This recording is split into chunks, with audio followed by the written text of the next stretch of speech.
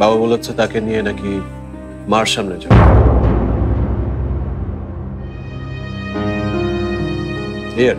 আমার মনে হয় রাশেদ স্যারের সাথে ওর খুব খাতির, দেখলি না আমাদের সাথে আসতেই চাইনি। অসম্ভব, রুমির নামে নালিশ করার মতো সাহস রাশেদের নেই। ও আচ্ছা, সরি সরি সরি, আমার খুব ইম্পর্টেন্ট একটা কাজ ছিল, আমি একদম ভুলে গেছি। আমাকে এক্ষুনি যেতে হবে। হ্যাঁ, আমি একটু আসি। হ্যাঁ, তোরা কন্টিনিউ। পারলে ক্লাবে একবার আসিস।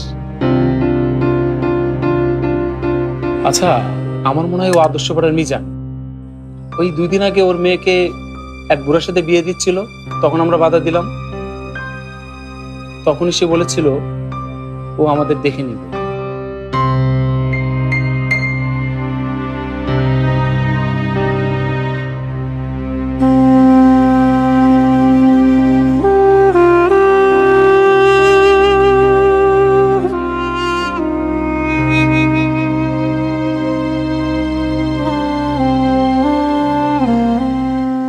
বর্ষা,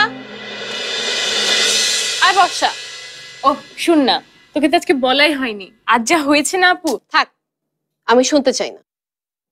আমি পাচ্ছি না আমার জ্বালায়। জ্বালা কিসের? কি হয়েছে? মাহমুদ আসছে কালোর বাবা মাকে নিয়ে।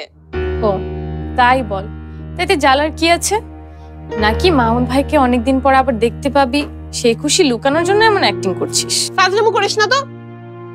বিয়েটা কিভাবে আটকানো যায় আমি আছি সেই চিন্তায়, আর সে একদম খুশি খুঁজে বেড়াচ্ছে। এই বিয়ে আটকানো অসম্ভব আপু, আব্বু কোনোভাবেই মানবে না।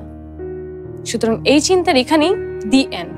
না, দেন বললে তো হবে না, যেভাবেই হোক এই বিয়ে আটকাতেই হবে। তুই তো জানিস শুধুমাত্র আমার ভিসাটা একবার হয়ে গেলেই